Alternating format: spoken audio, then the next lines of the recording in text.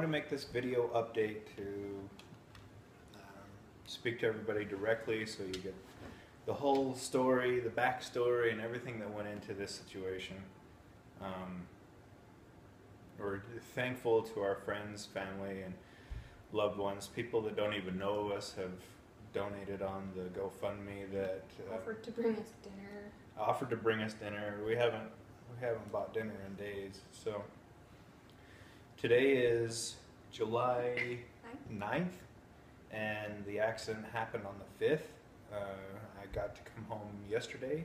Yay. On the 8th, so 3 days in the hospital, and we just want to send our thanks to everyone that's donated their time and love and consideration into this.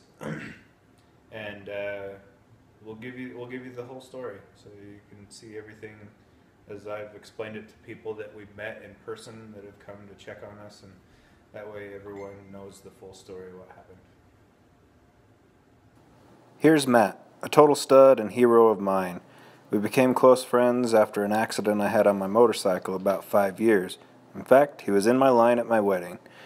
So you can usually find him hunting or fishing or out playing baseball or softball in Daisy Dukes, and I'm usually there to tag along with him. We like snowboarding, but our true passion is snowmobiling. And we usually do crazy stuff while the other one records. A couple times a year, we usually find ourselves towing the other person out. So this story actually starts with the reason why he had to tow me out one time.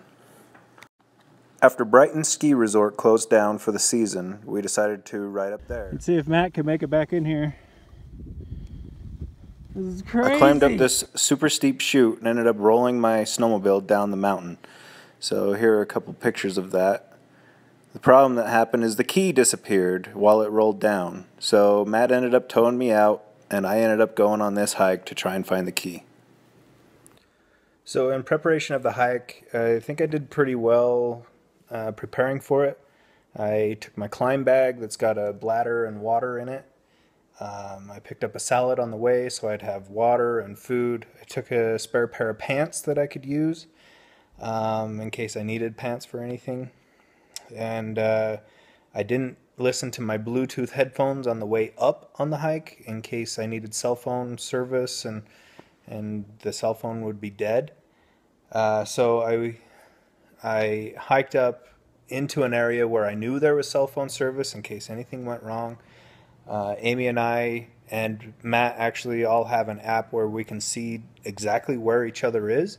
So that was instrumental in lining up with the emergency people to show up and be able to pick me up. Here's where we were riding, last ride of the season, earlier this spring. That little reservoir there was hardly anything in it. Anyways, I'm not sure exactly where my snowmobile stopped rolling, but I'm about to walk up here, see if I can find the key that popped out. These pictures are from the previous video. This is where I hiked up to and where I slipped and came down through the boulders and ended up. That's Life Flight picking me up. After I slid through the boulder patch, the one main reason that kept me going is this pretty lady right here.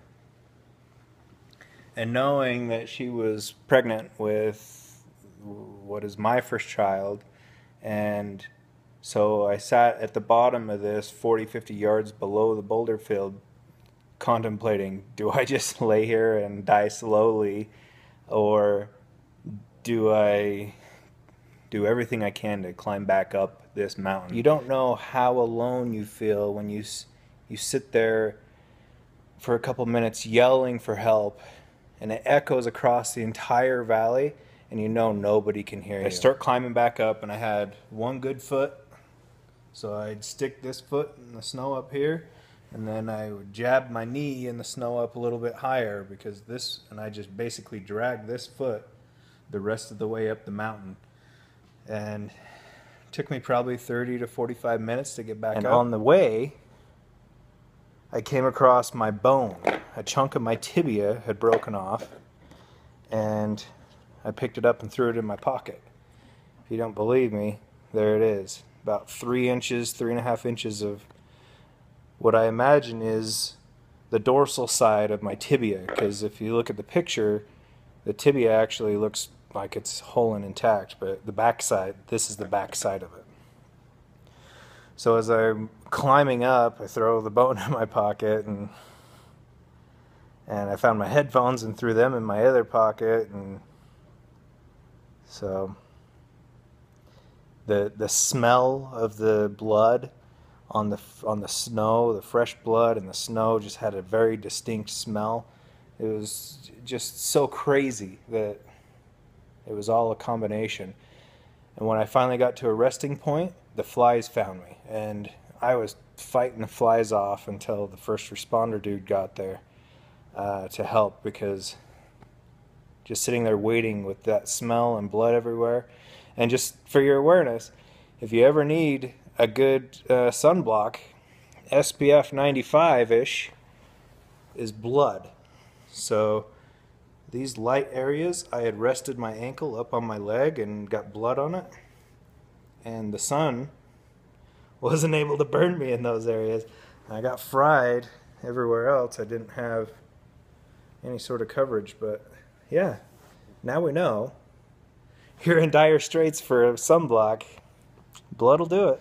When I got to the top, I was looking for my phone, and it wasn't anywhere in the path that I had fallen through the boulders. I had it in my hand when I slipped, and so I figured it would be in the path of the boulders, and as I stopped and looked around, I saw it laying about 15 feet to my right, and I looked and I saw that this was dented up, the cover was missing, and I was super hopeful it would actually still work. So I flipped it over, and it shattered. But luckily, I could still turn it on. Now I couldn't call anyone because none of these buttons down here work. So I just had to say, "Hey Siri, call Amy." And it came up, I can't and seem to find a good connection. I don't have Please connection try right phone now call because again I when you have better had to use a cellular different service. phone. So I was able to call her that way and had conversations with her through that. I called 911 the exact same way. The emergency responders were calling me, and I had no way to answer it because nothing was working. And so ended up being very lucky that I figured out I could only talk and hear when it was on speakerphone. So nothing else would work for communication other than when it was on speakerphone, and you couldn't push any buttons. So got very lucky with this actually working in the condition that it's in, with as smashed as it is and all that. So This is your warning about the gruesome pictures you're about to see. So the first picture is the ankle as I was sitting and resting after I'd put a tourniquet on it and packed clean snow around it to try and keep it cold. Both of these pictures are from the paramedic with the life flight, and this picture is of the actual tibia bone sticking out from the bottom of my leg as they put it in a brace. And the chute that this all took place in is fittingly known as Stupid Chute. Trust me, it wasn't named that because of me, I just assisted.